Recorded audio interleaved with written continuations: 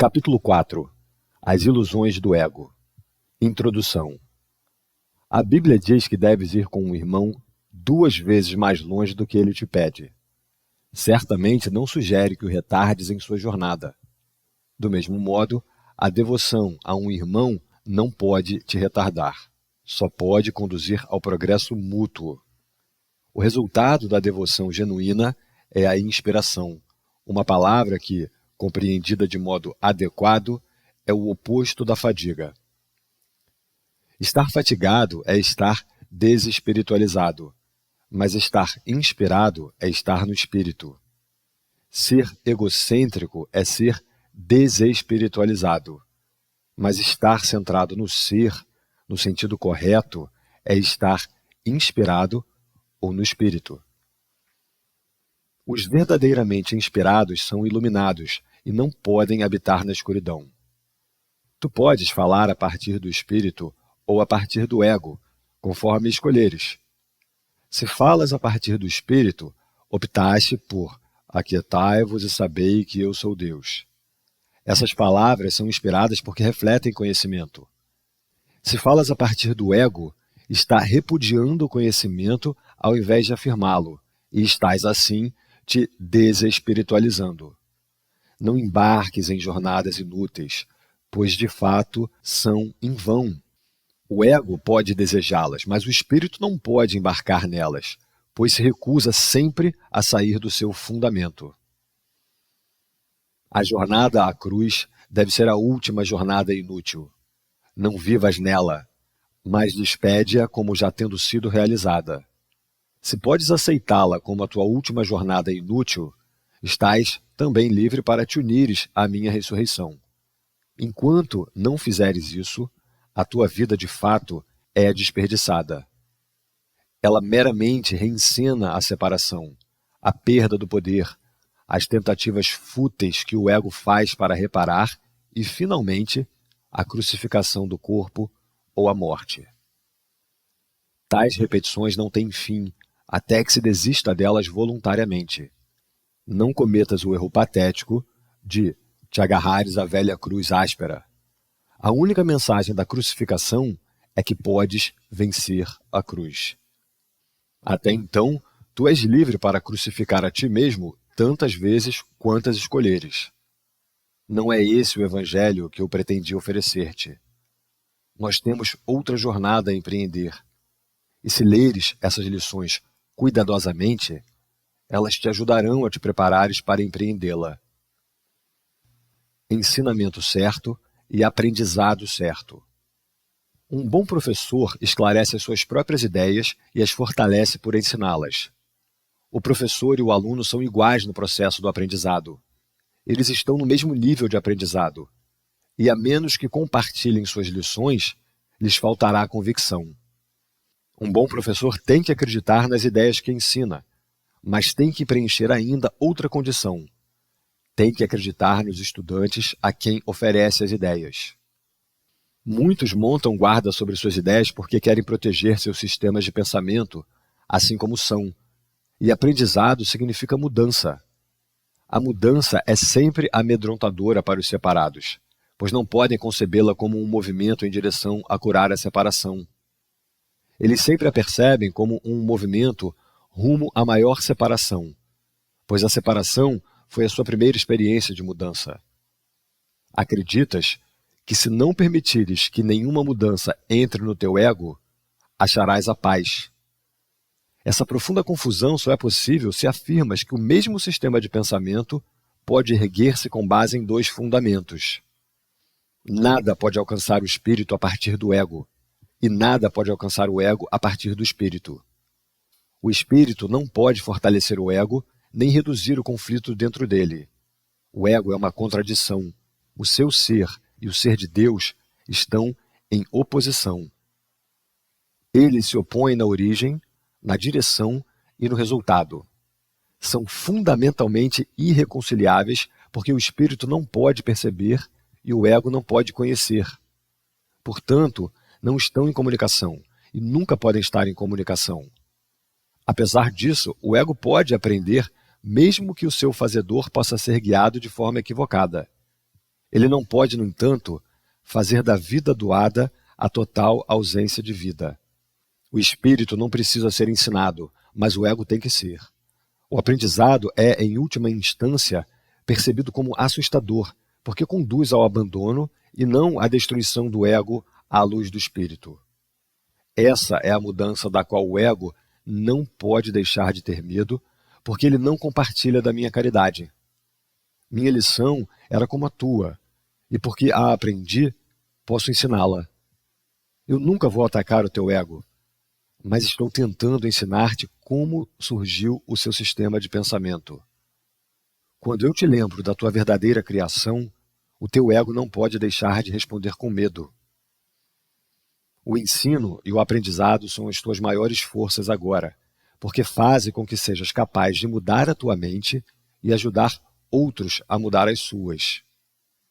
Recusar-te a mudar a tua mente não vai provar que a separação não ocorreu. O sonhador que duvida da realidade do seu sonho, enquanto ainda está sonhando, não está realmente curando a sua mente dividida. Sonhas com um ego separado e acreditas em um mundo que se baseia nele. Isso é muito real para ti. Não podes desfazer isso sem mudar a tua mente a esse respeito. Se estiveres disposto a renunciar ao papel de guardião do teu sistema de pensamento e abri-lo para mim, eu o corrigirei muito gentilmente e te conduzirei de volta a Deus. Todo bom professor espera dar aos seus estudantes tanto do seu próprio aprendizado que um dia não mais necessitem dele. Essa é a única meta verdadeira do professor. É impossível convencer o ego disso porque vai contra todas as leis que lhe são próprias. Mas lembra-te de que as leis são estabelecidas para proteger a continuidade do sistema no qual o legislador acredita. É natural para o ego tentar proteger a si mesmo, uma vez que tu o fizeste. Mas não é natural para ti querer obedecer às leis do ego, a não ser que tu acredites nelas. O ego não pode fazer essa escolha devido à natureza de sua origem. Tu podes, devido à natureza da tua. Os egos podem chocar-se com o estrondo em qualquer situação, mas os espíritos não podem chocar-se de forma alguma. Se percebes um professor meramente com um ego maior, sentirás medo, porque engrandecer um ego seria aumentar a ansiedade a respeito da separação. Eu vou ensinar contigo e viver contigo se pensares comigo, mas minha meta sempre será finalmente absolver-te da necessidade de um professor. Isso é o oposto da meta do professor orientado pelo ego. Ele está preocupado com o efeito do seu ego sobre outros egos e, portanto, interpreta a sua interação como um meio de preservação egótica. Eu não seria capaz de devotar-me ao ensino se acreditasse nisso. E tu não serás um professor devotado enquanto acreditares nisso. Eu estou constantemente sendo percebido como um professor que deve ser exaltado ou rejeitado, mas não aceito nenhuma das duas percepções para mim mesmo. O teu valor não é estabelecido pelo ensino ou pelo aprendizado. O teu valor é estabelecido por Deus. Enquanto contestares isso, tudo o que fizeres será amedrontador, particularmente qualquer situação que se preste à crença na superioridade e na inferioridade. Os professores têm que ser pacientes e repetir suas lições até que elas sejam aprendidas. Eu estou disposto a fazer isso porque não tenho nenhum direito de estabelecer os limites do teu aprendizado para ti. Mais uma vez, nada do que executas, pensas, desejas ou fazes é necessário para estabelecer o teu valor. Esse ponto não é discutível, exceto em delusões. O teu ego nunca está em jogo porque Deus não o criou. O teu espírito nunca está em jogo porque Ele o criou.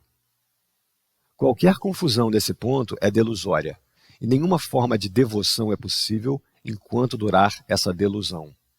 O ego tenta explorar todas as situações usando-as como formas de louvor para si mesmo, de modo a superar as próprias dúvidas. Ele permanecerá em dúvida enquanto acreditares na sua existência. Tu, que o fizeste, não podes confiar no ego, porque na tua mente certa reconheces que ele não é real. A única solução sã é não tentar mudar a realidade, que é de fato uma tentativa amedrontadora, mas aceitá-la como ela é. Tu és parte da realidade que permanece imutável, além do alcance do teu ego, mas facilmente acessível ao espírito. Quando sentes medo, aquieta-te e sabes que Deus é real e que tu és o seu filho amado com quem ele se compraz. Não permitas que o teu ego conteste isso, porque o ego não pode conhecer o que está tão além do seu alcance como tu estás. Deus não é o autor do medo. Tu és. Escolheste criar de modo diferente dele e fizeste, portanto, o medo para ti mesmo. Não estás em paz porque não estás cumprindo a tua função. Deus te deu uma função muito sublime que tu não estás encontrando. O teu ego escolheu sentir medo ao invés de encontrá-la. Quando despertares, não será capaz de compreender isso, porque isso é literalmente inacreditável. Não acredites no inacreditável agora. Qualquer tentativa de aumentar sua credibilidade meramente adia o inevitável. A palavra inevitável é amedrontadora para o ego, mas alegre para o espírito. Deus é inevitável, e tu não podes evitá-lo, assim como ele não pode evitar-te. O ego tem medo da alegria do espírito, pois uma vez que tu a tiveres experimentado, retirarás toda a proteção do ego e passarás a não ter nenhum investimento no medo. O teu investimento agora é grande porque o medo é uma testemunha da separação, e o teu ego se regozija quando tu a testemunhas. Deixa-a para trás, não a escutes e não a preserves. Escuta apenas a Deus, que é tão incapaz de engano quanto o espírito que ele criou. Libera a ti mesmo e libera a outros. Não apresentes um retrato falso e indigno de ti mesmo aos outros, e não aceites tal retrato deles para ti mesmo. O ego tem construído para ti uma casa depauperada, que não te abriga, porque não pode construir de outra forma. Não tentes fazer com que essa casa empobrecida fique de pé. A sua fraqueza é a tua força. Só Deus poderia fazer uma casa digna das suas criações, que escolheram deixá-la vazia para desapropriarem a si mesmas. Apesar disso, a sua casa ficará de pé para sempre e estarás pronta para ti quando escolheres entrar. Disso tudo podes estar totalmente certo. Deus é tão incapaz de criar o perecível quanto o ego de fazer o eterno. Com o teu ego tu nada podes fazer para salvar a ti mesmo ou aos outros, mas com teu espírito podes fazer tudo para a salvação de ambos. A humildade é uma lição para o ego, não para o espírito. O espírito está além da humildade, porque reconhece sua radiância e com contentamento derrama sua luz por toda parte. Os mansos herdarão a terra porque seus egos são humildes, e isso lhes dá uma percepção mais verdadeira.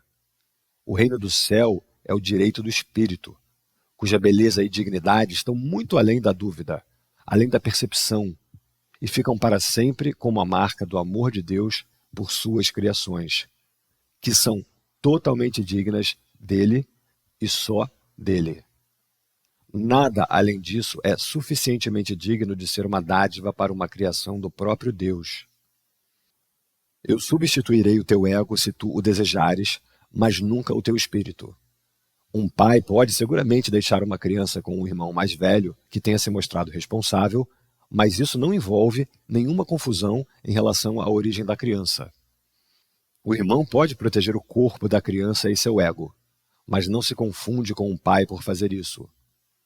Tu podes me confiar o teu corpo e o teu ego apenas porque isso faz com que sejas capaz de não te preocupares com eles e me permite ensinar-te que eles não têm importância. Eu não poderia compreender a importância que têm para ti se uma vez eu mesmo não tivesse sido tentado a acreditar neles. Vamos então empreender o aprendizado dessa lição juntos, de modo que possamos ficar livres deles juntos. Eu preciso de professores devotados que compartilhem meu objetivo de curar a mente. O espírito está muito além da necessidade da tua proteção ou da minha. Lembra-te disto. Nesse mundo, não precisas ter aflições, porque eu venci o mundo. É por isso que deves ter bom ânimo. 2. O ego e a falsa autonomia. É razoável perguntar como a mente pôde jamais ter feito o ego. De fato, é a melhor pergunta que tu poderias fazer. Não faz sentido, porém, dar uma resposta em termos de passado, porque o passado não importa. E a história não existiria se os mesmos erros não estivessem sendo repetidos no presente. O pensamento abstrato aplica-se ao conhecimento porque o conhecimento é completamente impessoal e exemplos são irrelevantes para sua compreensão. A percepção, contudo, é sempre específica e, portanto, bastante concreta. Cada um faz para si um ego ou um ser que está sujeito a enorme variação por causa da sua instabilidade. Faz também um ego para cada pessoa que percebe, que é igualmente variável. A sua interação é um processo que altera a ambos, porque não foram feitos pelo inalterável ou com ele. É importante reconhecer que essa alteração pode ocorrer e de fato ocorre tão prontamente quando a interação tem lugar na mente, como quando envolve proximidade física. Pensar sobre um outro ego é tão eficaz para mudar uma percepção relativa quanto a interação física. Não poderia haver melhor exemplo de que o ego é só uma ideia e não um fato. O teu próprio estado mental é um bom exemplo de como o ego foi feito. Quando jogaste fora o conhecimento, foi como se nunca o tivesse tido. Isso é tão evidente que basta reconhecê-lo para ver que acontece de fato. Se isso ocorre no presente, por que seria surpreendente que ocorresse no passado? A surpresa é uma resposta razoável ao que não é familiar, embora dificilmente o seja para uma coisa que ocorre com tanta persistência. Mas não te esqueças de que a mente não precisa funcionar desse modo, embora de fato funcione desse modo agora. Pensa no amor dos animais por suas crias e na necessidade que sentem de protegê-las. Isso se dá porque as consideram como parte de si mesmos. Ninguém despede algo que considera parte de si mesmo. Tu reages ao teu ego de modo parecido com o que Deus reage às suas criações, com amor, proteção e caridade. Tuas reações ao ser que tu fizeste não são surpreendentes. De fato, elas se parecem de muitas maneiras ao modo como um dia reagirás às tuas criações reais, que são tão intemporais quanto tu és. A questão não está em como responder ao ego, mas no que acreditas que és. A crença é uma função do ego. Na medida em que a tua origem está aberta à crença, tu a estás considerando do ponto de vista do ego. Quando o ensino não for mais necessário, meramente conhecerás a Deus. Acreditar que existe uma outra forma de perceber é a ideia mais elevada de que o pensamento do ego é capaz. Isso porque ela contém um sinal do reconhecimento de que o ego não é o ser. Minar o sistema de pensamento do ego tem que ser percebido como doloroso, mas embora isso seja qualquer outra coisa menos verdadeiro. Os bebês gritam com fúria quando tu lhes tira uma faca ou uma tesoura, embora eles possam muito bem causar dano a si mesmos, caso tu não o faças. Nesse sentido, ainda és um bebê. Tu não tens nenhum senso de real autopreservação. E é provável que decidas que precisas exatamente daquilo que mais te feriria. Entretanto, reconheça-o ou não agora, concordaste em cooperar no esforço de tornar-te ao mesmo tempo inofensivo e útil, atributos que necessariamente vão juntos. Tuas atitudes, mesmo em relação a isso, são necessariamente conflitadas, porque todas as atitudes são baseadas no ego. Isso não vai durar. Sê paciente por algum tempo e lembra-te de que o resultado é tão certo quanto Deus. Só aqueles que têm um senso de abundância real e duradouro podem ser verdadeiramente caridosos. Isso é óbvio quando consideras o que está envolvido. Para o ego, dar qualquer coisa implica em que terás que ficar sem ela. Quando associas dar com sacrifício, só dás porque acreditas que estás de algum modo conseguindo algo melhor, e, portanto, podes ficar sem o que está dando. Dar para receber é uma lei do ego, da qual não se pode escapar, e ele sempre avalia a si mesmo em relação aos outros egos. Está, portanto, continuamente preocupado com a crença na escassez que lhe deu origem. Toda a sua percepção dos outros egos como reais é apenas uma tentativa de se convencer de que ele é real. A autoestima, em termos egóticos, não significa nada além de que o ego iludiu a si mesmo a ponto de aceitar a própria realidade e é, portanto, temporariamente menos predatório. Essa autoestima, entre aspas, é sempre vulnerável à tensão, um termo que se refere a qualquer coisa percebida como ameaça à existência do ego. O ego vive literalmente por comparações. A igualdade está além do seu alcance e a caridade passa a ser impossível. O ego nunca dá a partir da abundância porque foi feito como um substituto para ela. É por isso que o conceito de receber surgiu no sistema de pensamento do ego. Os apetites são mecanismos para receber, entre aspas, representando a necessidade do ego de confirmar a si mesmo. Isso é tão verdadeiro dos apetites do corpo quanto das assim chamadas necessidades mais elevadas do ego. Na origem, os apetites do corpo não são físicos. O ego considera o corpo como a sua casa e tenta satisfazer-se através do corpo. Mas a ideia de que isso é possível é uma decisão da mente que passou a ser completamente confusa em relação ao que é possível na realidade. O ego acredita estar completamente sozinho, o que é apenas uma outra forma de descrever como ele pensa que se originou. Esse é um estado tão amedrontador que ele só pode voltar-se para outros egos e tentar unir-se a eles, em uma frágil tentativa de identificação, ou atacá-los, em uma demonstração igualmente frágil de força. Não está livre, porém, para abrir a premissa ao questionamento, porque a premissa é o seu fundamento. O ego é a crença da mente em estar completamente sozinha. As tentativas sem fim do ego para ganhar o reconhecimento do espírito e assim estabelecer a própria existência são inúteis. O espírito, no seu conhecimento, não está ciente do ego. Ele não o ataca, simplesmente não pode concebê-lo de forma alguma.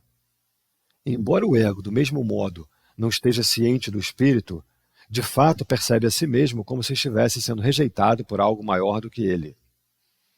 É por isso que a autoestima em termos do ego não pode deixar de ser delusória. As criações de Deus não criam mitos, muito embora o esforço criativo possa ser voltado para a mitologia. Porém, só pode fazê-lo sob uma condição: o que ele faz já não é criativo.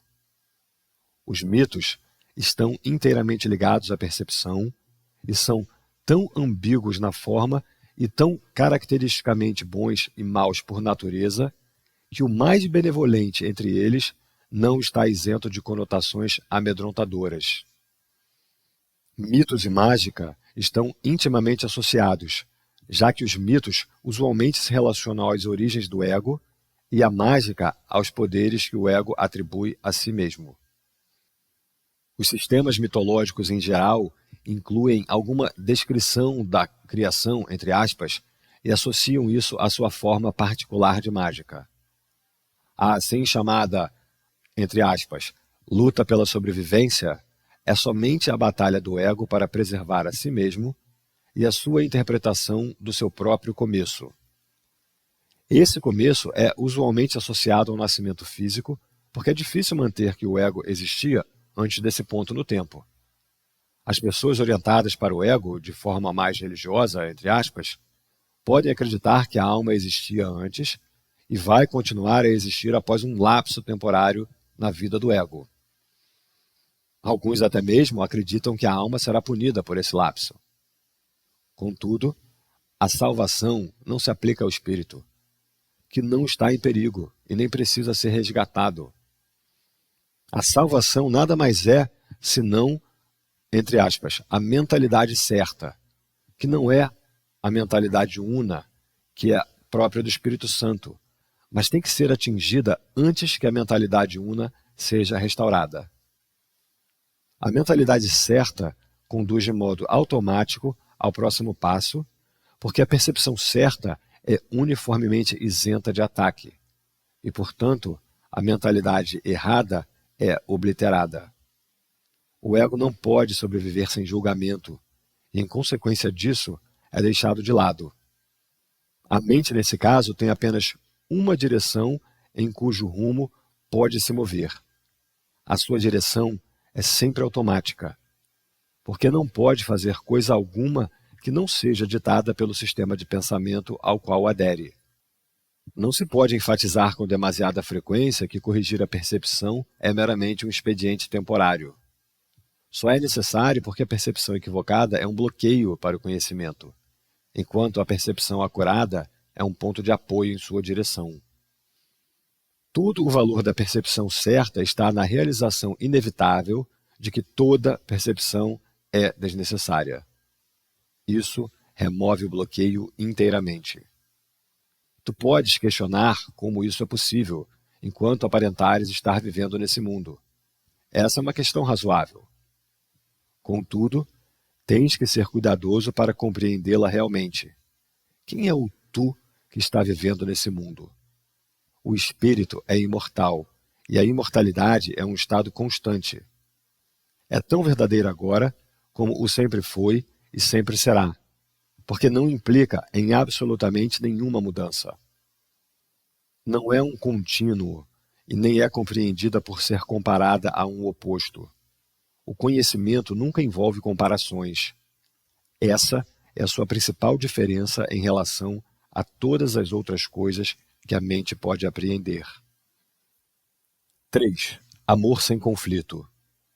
É difícil compreender o que significa realmente o reino do céu está dentro de ti. Isso não é compreensível para o ego, que interpreta essa afirmação como se alguma coisa de fora estivesse dentro, e isso não significa coisa alguma. A palavra dentro, entre aspas, é desnecessária. O reino do céu és tu. O que, além de ti, foi criado pelo Criador, e o que, além de ti, é o seu reino. Essa é toda a mensagem da reconciliação.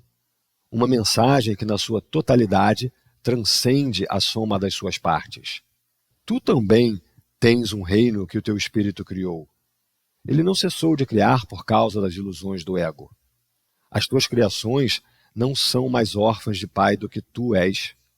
Teu ego e teu espírito nunca serão co-criadores, mas o teu espírito e o teu criador sempre o serão. Tem confiança em que as tuas criações estão em segurança tanto quanto tu estás. O reino é perfeitamente unido e perfeitamente protegido, e o ego não prevalecerá contra ele. Amém. Isso está escrito em forma de uma oração porque é útil em momentos de tentação. É uma declaração de independência. Tu acharás isso muito útil se o compreenderes inteiramente. A razão pela qual necessitas da minha ajuda está em teres negado o teu próprio guia e, portanto, precisas de orientação. Meu papel é separar o verdadeiro do falso, de modo que a verdade possa ultrapassar as barreiras que o ego estabeleceu e brilhar na tua mente. Contra a nossa força unida, o ego não pode prevalecer. Com toda certeza, é evidente agora a razão pela qual o ego considera o espírito como um inimigo, entre aspas. O ego surgiu da separação, e a continuidade da sua existência depende da continuação da tua crença na separação. O ego tem que te oferecer algum tipo de recompensa pela manutenção dessa crença. Tudo o que pode te oferecer é um senso de existência temporário que se inicia com seu próprio começo e termina com seu próprio fim.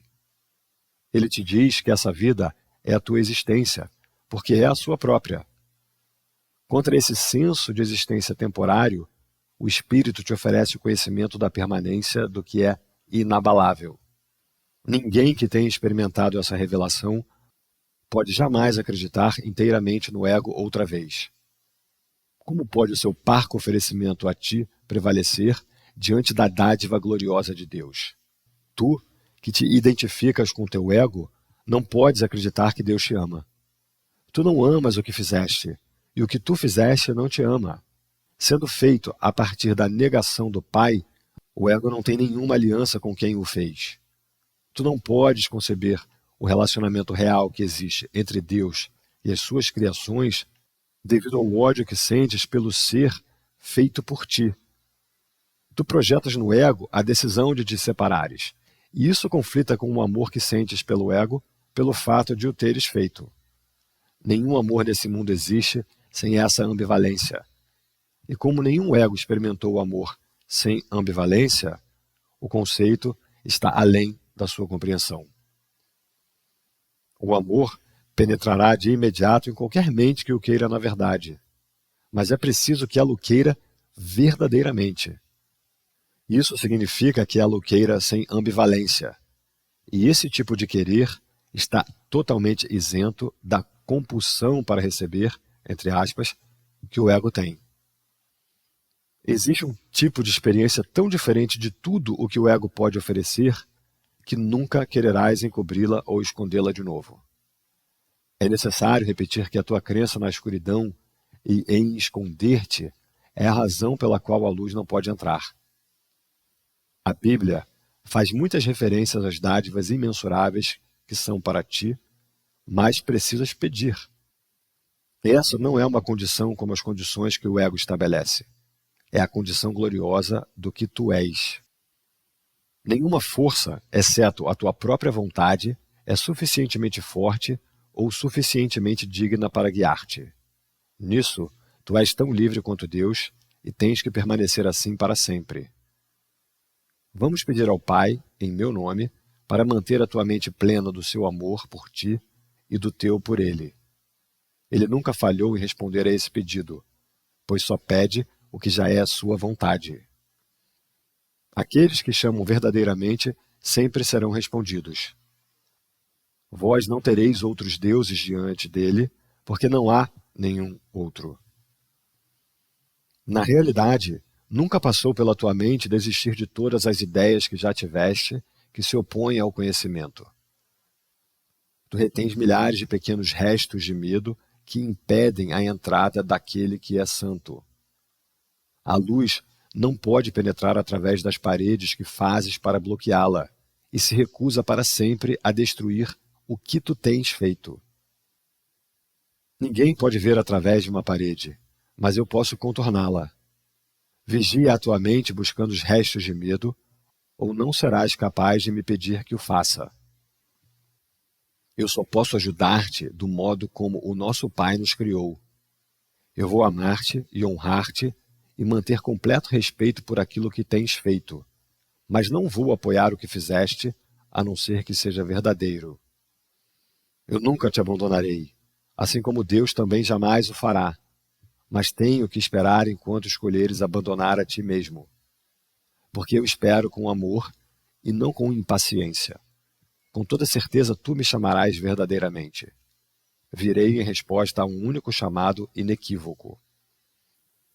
Vigia com cuidado e vê o que estás realmente pedindo.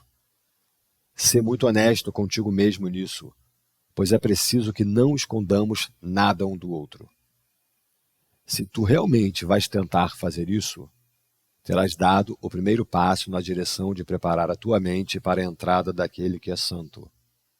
Vamos nos preparar para isso juntos, pois uma vez que ele tiver vindo, tu estarás pronto para me ajudar a fazer com que outras mentes estejam prontas para ele. Por quanto tempo vais negar a ele o seu reino? Na tua própria mente, embora negada pelo ego, está a declaração da tua liberação. Deus te deu todas as coisas. Esse único fato significa que o ego não existe e faz com que ele fique profundamente amedrontado. Na linguagem do ego, ter, entre aspas, e ser, entre aspas, são diferentes, mas para o Espírito Santo são idênticos. O Espírito Santo tem o conhecimento de que tu, ao mesmo tempo, tens tudo e és tudo. Qualquer distinção nesse sentido só é significativa quando a ideia de receber, entre aspas, que implica uma falta, já foi aceita. É por isso que não fazemos nenhuma distinção entre ter o reino de Deus e ser o reino de Deus. O calmo ser do reino de Deus, que na tua mente sã é perfeitamente consciente, é cruelmente banido da parte da mente regida pelo ego. O ego está desesperado porque se opõe literalmente a probabilidades invencíveis, estejas tu dormindo ou acordado. Considera o quanto tens estado disposto a ser vigilante para proteger o teu ego e quão pouco para proteger a tua mente certa. Quem, senão os insanos, empreenderia acreditar no que não é verdadeiro e depois proteger essa crença às custas da verdade? 4. Isso não precisa ser assim. Se tu não podes ouvir a voz que fala por Deus, é porque não escolheste escutar.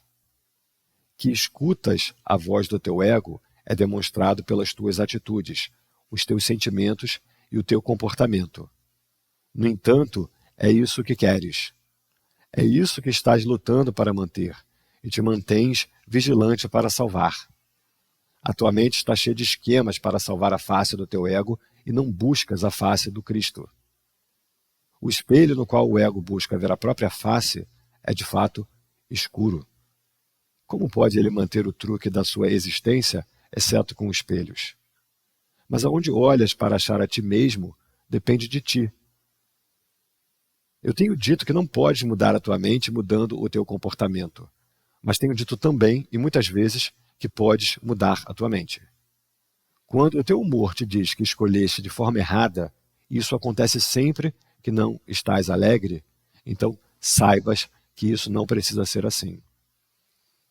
Em todos os casos, pensaste de forma errada a respeito de algum irmão criado por Deus e estás percebendo imagens que o teu ego faz em um vidro escurecido. Pensa honestamente no que tu pensaste que Deus não teria pensado e no que não pensaste que Deus teria querido que pensasses. Investiga sinceramente o que fizeste e deixaste de fazer em função disso. E então, muda a tua mente para que ela pense com a de Deus. Mas é muito mais fácil do que tentar pensar em oposição a isso. A tua mente é una com a de Deus. Negar isso e pensar de outro modo tem mantido o teu ego inteiro, mas literalmente partiu a tua mente. Como um irmão amoroso, estou profundamente preocupado com a tua mente e recomendo-te com insistência que sigas o meu exemplo quando olhas para ti mesmo e para o teu irmão. E vejas em ambos as gloriosas criações de um Pai glorioso. Quando estás triste, saibas que isso não precisa ser assim. A depressão vem de um senso de estares sendo privado de alguma coisa que queres e não tens. Lembra-te de que não és privado de nada, exceto pelas tuas próprias decisões, e então decide de outra forma. Quando estás ansioso, reconhece que a ansiedade vem do caráter caprichoso do ego e saibas que isso não precisa ser assim. Tu podes ser tão vigilante contra os ditames do ego quanto a favor deles. Quando te sentes culpado, lembra-te de que, de fato, o ego violou as leis de Deus, mas tu não. Deixa os pecados, entre aspas, do ego para mim. É para isso que serve a reconciliação. Mas até que mudes a tua mente em relação àqueles a quem teu ego tem ferido, a reconciliação não pode liberar-te. Enquanto te sentes culpado, o teu ego está no comando, porque só o ego pode experimentar a culpa. Isso não precisa ser assim. Vigia em tua mente as tentações do ego, e não sejas enganado por ele. Ele não te oferece nada. Quando tiveres desistido dessa desespiritualização voluntária, verás como a tua mente pode focalizar e se erguer além da fadiga e curar. Entretanto, tu não és suficientemente vigilante contra as exigências do ego para desengajar a ti mesmo. Isso não precisa ser assim. O hábito de te engajares com Deus e as suas criações é fácil de ser estabelecido, se ativamente te recusares a permitir que a tua mente se disperse. Não é um problema de concentração. É a crença em que ninguém, incluindo a ti mesmo, vale um esforço consistente. Fica do meu lado de forma consistente contra esse engano e não permitas que essa crença desgastada te faça regredir. Os desanimados são inúteis para si mesmos e para mim, mas só o ego pode ser desanimado. Consideraste realmente quantas oportunidades tens tido de te alegrares e quantas tens recusado? Não há limite para o poder de um filho de Deus, mas ele pode limitar a expressão do seu poder tanto quanto escolher. A tua mente e a minha podem unir-se para brilhar, afastando o teu ego, liberando a força de Deus em todas as coisas que pensas e fazes. Não te acomodes com nada menos do que isso, e recusa-te a aceitar qualquer coisa que não seja assim como tua meta. Vigia com cuidado a tua mente, procurando crenças capazes de impedir a realização disso e caminhe para longe delas. Julga pelos teus próprios sentimentos se tens feito isso bem, pois esse é o único uso acertado do julgamento. O julgamento, como qualquer outra defesa, pode ser usado para atacar ou proteger, ferir ou curar. O ego deve ser trazido ao julgamento e lá considerado insuficiente. Sem a tua própria aliança, proteção e amor, o ego não pode existir. Deixa que ele seja julgado verdadeiramente e não podes deixar de retirar dele a aliança, a proteção e o amor. Tu és um espelho da verdade, no qual o próprio Deus brilha em perfeita luz. Ao vidro escuro do ego, precisas apenas dizer: eu não vou olhar aqui, porque sei que essas imagens não são verdadeiras. Então, permite que aquele que é santo brilhe sobre ti em paz, sabendo que isso, e apenas isso, tem que ser assim. A sua mente brilhou sobre ti na tua criação e trouxe a tua mente ao que é. A sua mente ainda brilha sobre ti e tem que brilhar através de ti. O teu ego não pode impedi-lo de brilhar sobre ti, mas pode impedir-te de deixar que ele brilhe através de ti. A primeira vinda de Cristo é apenas um outro nome para a criação, pois Cristo é o Filho de Deus.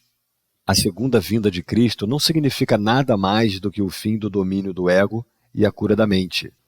Fui criado como tu na primeira e tenho te chamado para te unires a mim na segunda. A segunda vinda está a meu encargo, e o meu julgamento, que é usado só para proteção, não pode estar errado porque jamais ataca.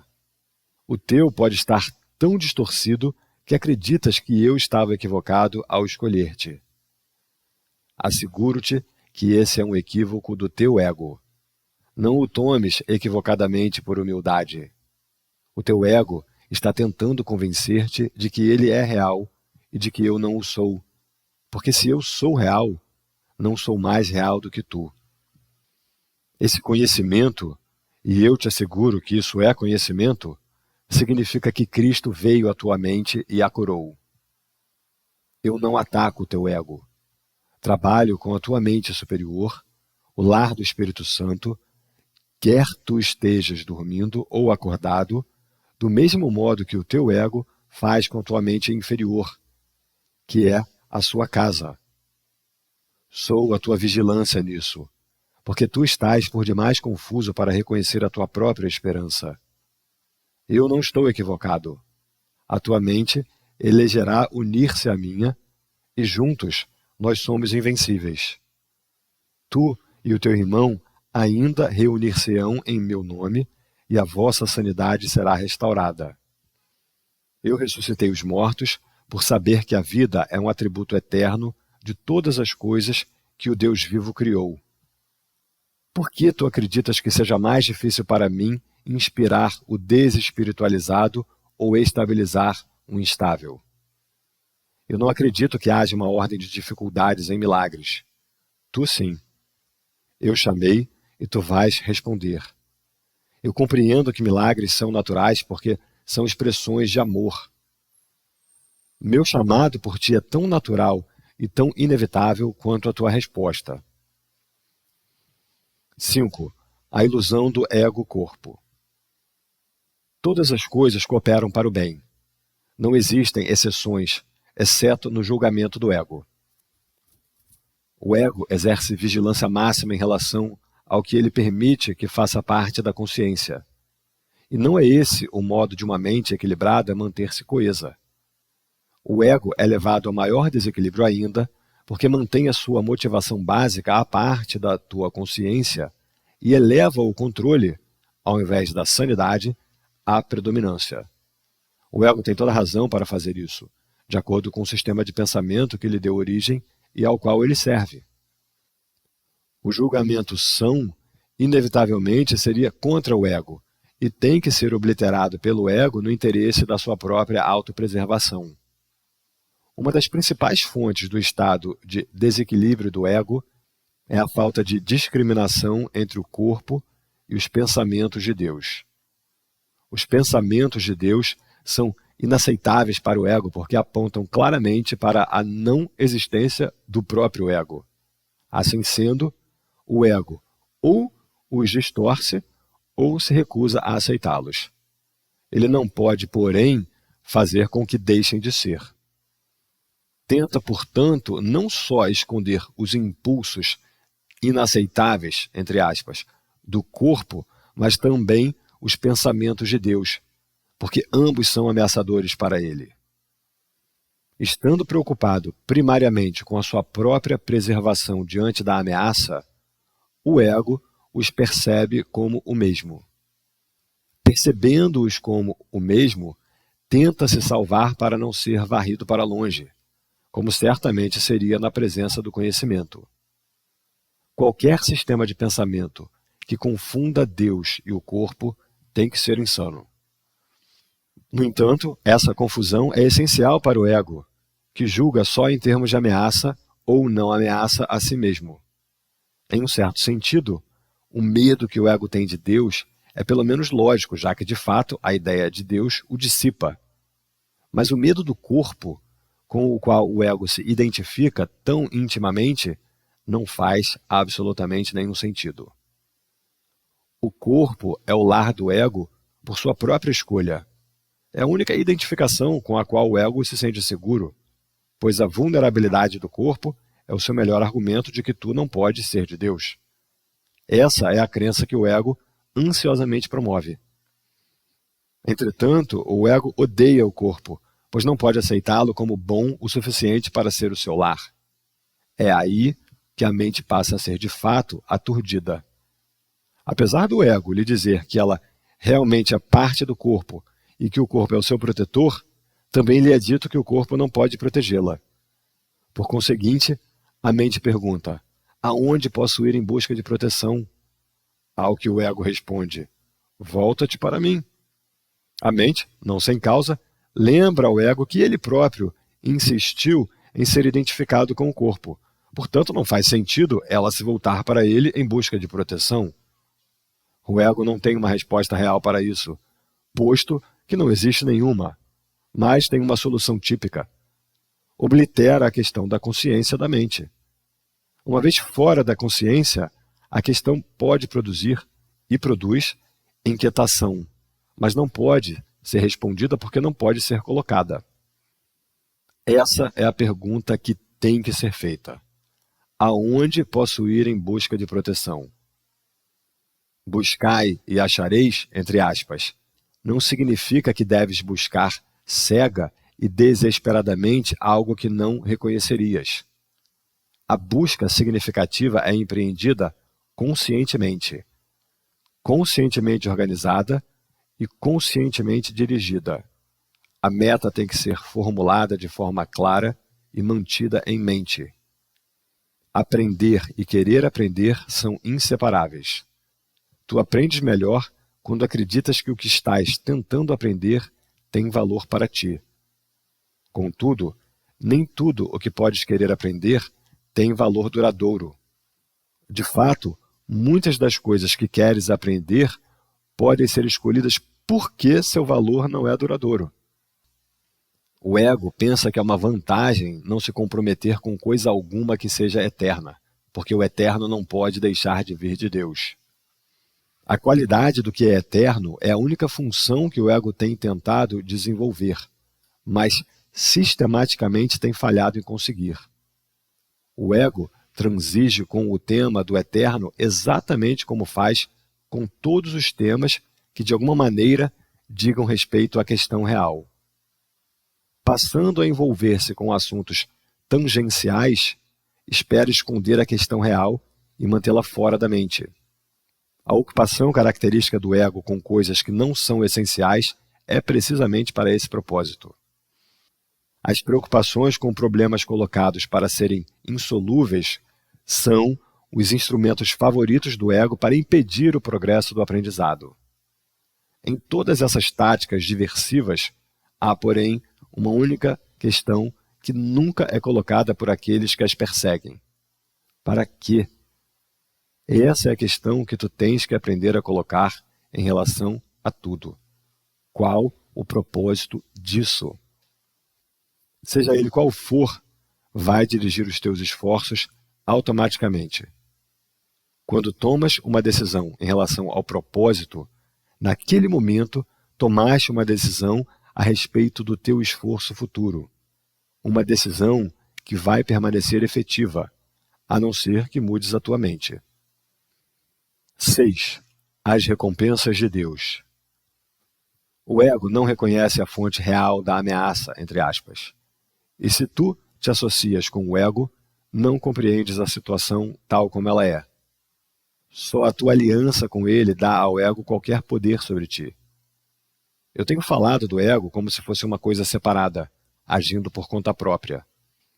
Isso foi necessário para persuadir-te de que tu não podes despedi-lo facilmente e não podes deixar de reconhecer quanto do teu pensamento é dirigido pelo ego.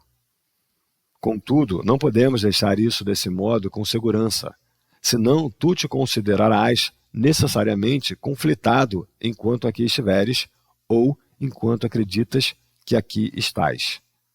O ego não é nada mais do que uma parte da tua crença sobre ti mesmo. A tua outra vida tem continuado sem interrupção, tem sido e sempre será totalmente imune às tuas tentativas de dissociá-la. Ao aprenderes a escapar das ilusões, a tua dívida para com o teu irmão é algo que nunca deves esquecer. É a mesma dívida que tens para comigo. Sempre que ages egoisticamente em relação a outra pessoa, estás jogando fora a cortesia do teu débito e a percepção santa que ela produziria. O termo santa, entre aspas, pode ser usado aqui porque à medida que aprendes o quanto estás em débito com toda a filiação, que inclui a mim, chegas tão perto do conhecimento quanto a percepção pode chegar. A brecha é então tão pequena que o conhecimento pode facilmente fluir através dela e obliterá-la para sempre. Tu ainda tens muito pouca confiança em mim, mas ela aumentará na medida em que te voltares cada vez mais para mim, em vez de para teu ego, em busca de orientação. Os resultados te convencerão progressivamente de que essa é a única escolha sã que podes fazer. Ninguém que aprenda pela experiência que uma escolha traz paz e alegria, enquanto outra traz caos e desastre, necessita de persuasão adicional. O aprendizado através de recompensas é mais eficiente do que o aprendizado através da dor, porque a dor é uma ilusão do ego e nunca pode induzir a algo mais do que a um efeito temporário. As recompensas de Deus, todavia, são imediatamente reconhecidas como eternas. Como esse reconhecimento é feito por ti e não pelo ego, o próprio reconhecimento estabelece que tu e o teu ego não podem ser idênticos. Tu podes acreditar que já aceitaste essa diferença, mas ainda não estás de modo algum convencido. O fato de acreditares que tens que escapar do ego demonstra isso, mas não podes escapar do ego humilhando-o, controlando-o ou punindo-o. O ego e o espírito não conhecem um ao outro. A mente separada não pode manter a separação, exceto por dissociação. Tendo feito isso, ela nega todos os impulsos verdadeiramente naturais, não porque o ego seja uma coisa separada, mas porque queres acreditar que tu és. O ego é um instrumento para a manutenção dessa crença, mas é somente a tua decisão de usar o instrumento que faz com que ele seja capaz de perdurar. Como podes ensinar a alguém o valor de alguma coisa que ele deliberadamente jogou fora? Com toda certeza, ele a jogou fora porque não a valorizava. Podes apenas mostrar-lhe como ele é miserável sem ela e lentamente aproximá-lo dela, de forma que possa apreender como a sua miséria diminuiu à medida que ela se aproxima. Isso lhe ensina a associar a sua miséria com a ausência do que jogou fora e o oposto da miséria com a presença disso. Isso gradualmente vem a ser desejável, à medida que ele muda a sua mente acerca deste valor. Estou te ensinando a associar miséria com o ego e alegria com o espírito. Tu tens ensinado a ti mesmo o oposto. Ainda és livre para escolher, mas podes realmente querer as recompensas do ego na presença das recompensas de Deus? A minha confiança em ti é maior do que a tua em mim no momento, mas não será sempre assim. A tua missão é muito simples. Tu estás sendo solicitado a viver de tal forma que demonstre que tu não és um ego e que eu não escolho os canais de Deus de modo errado. Aquele que é santo compartilha a minha confiança e aceita as minhas decisões no que diz respeito à reconciliação, porque a minha vontade nunca está em desacordo com a dele. Eu já disse antes que estou encarregado da reconciliação. Isso é assim somente porque completei a minha parte nela como homem e posso agora completá-la através de outros. Os canais por mim escolhidos não podem falhar, porque a eles emprestarei a minha força enquanto as suas forem insuficientes. Eu irei contigo àquele que é santo, e através da minha percepção, ele pode fazer uma ponte sobre a pequena brecha. A tua gratidão para com teu irmão é a única dádiva que quero. Eu atrarei a Deus por ti, sabendo que conhecer o teu irmão é conhecer a Deus. Se tu és grato ao teu irmão, és grato a Deus pelo que ele criou. Pela tua gratidão, tu vens a conhecer o teu irmão, e um momento de real reconhecimento faz de todos o teu irmão, porque cada um deles é do teu Pai. O amor não conquista todas as coisas, mas de fato coloca tudo no lugar certo. Porque tu és o reino de Deus, eu posso conduzir-te de volta às tuas próprias criações. Tu não as reconheces agora, mas o que tem sido dissociado ainda está lá. Ao aproximar-te de um irmão, tu te aproximas de mim, e ao afastar-te dele, eu venho a estar distante para ti. A salvação é um empreendimento de colaboração. Não pode ser empreendida com sucesso por aqueles que se desengajam da filiação, porque estão se desengajando de mim. Deus só virá a ti na proporção em que tu o deres a teus irmãos. Aprende primeiro com eles e estarás pronto para ouvir a Deus. Isso é assim porque a função do amor é una. 7. Criação e comunicação. É claro que, apesar do conteúdo de qualquer ilusão particular do ego não ter importância, a sua correção é mais útil em um contexto específico. Embora a mente seja por natureza abstrata, as ilusões do ego são bastante específicas. Parte da mente, porém, vem a ser concreta quando ela se divide. A parte concreta acredita no ego, porque o ego depende do concreto. O ego é a parte da mente que acredita que a tua existência é definida pela separação. Tudo o que o ego percebe é um todo separado, sem os relacionamentos que estão implicados no que é. O ego é, assim, contrário à comunicação, exceto na medida em que a usa para estabelecer o estado de separação, ao invés de aboli-lo. O sistema de comunicação do ego está baseado no seu próprio sistema de pensamento, assim como tudo o mais que ele dita. Sua comunicação é controlada pela necessidade que tem de proteger-se, e ele interromperá a comunicação quando experimentar ameaça. Essa interrupção é uma ameaça a uma ou mais pessoas específicas. A especificidade do pensamento do ego resulta, então, numa generalização falsa, que não é realmente nada abstrata.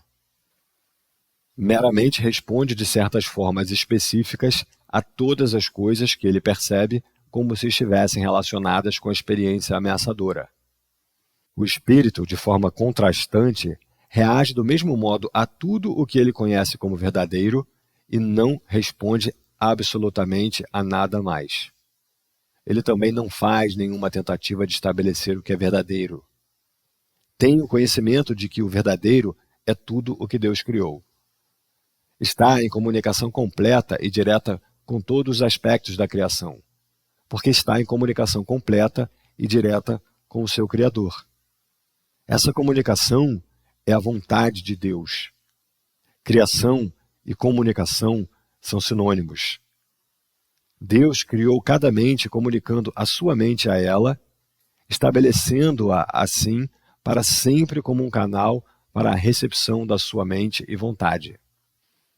Como só seres pertencentes a uma ordem igual podem verdadeiramente comunicar-se, as suas criações naturalmente se comunicam com ele e como ele. Essa comunicação é perfeitamente abstrata, já que a sua qualidade é aplicada de forma universal e não está sujeita a nenhum julgamento, nenhuma exceção e nenhuma alteração. Deus te criou através disso e para isso.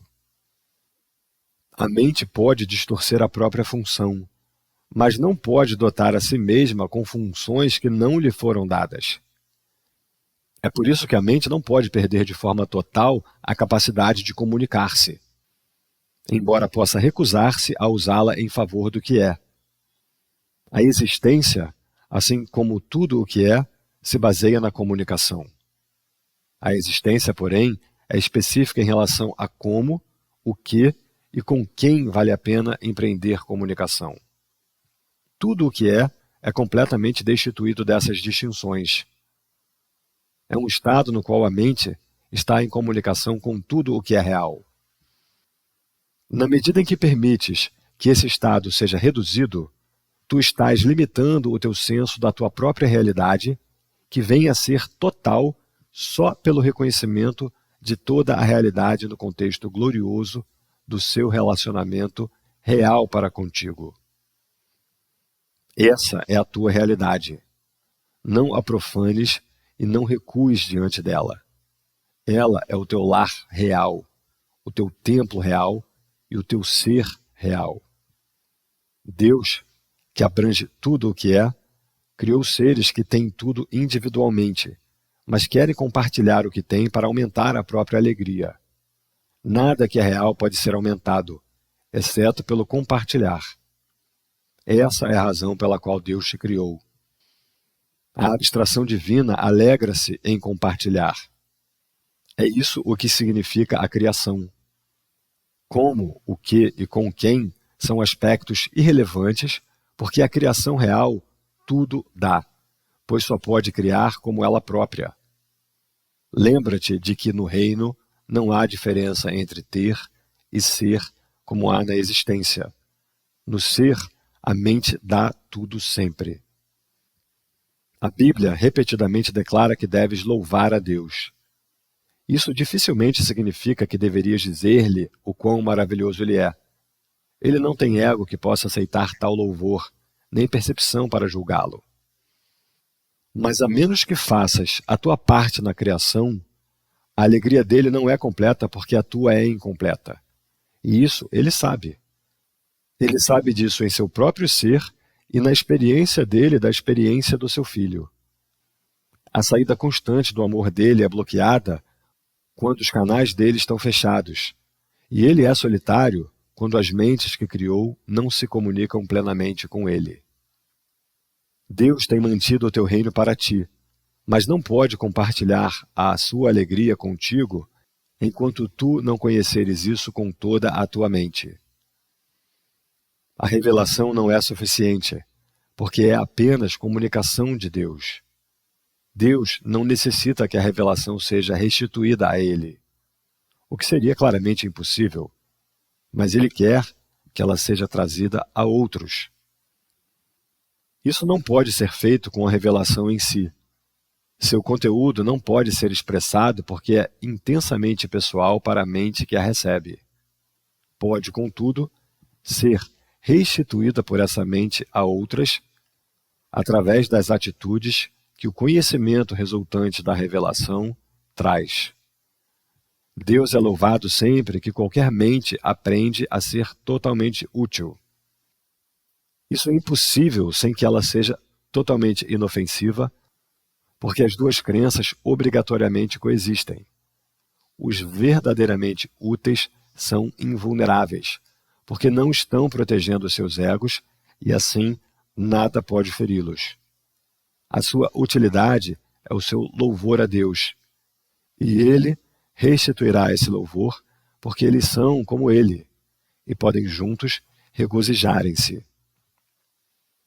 Deus se estende a eles e através deles, e há grande alegria em todo o reino.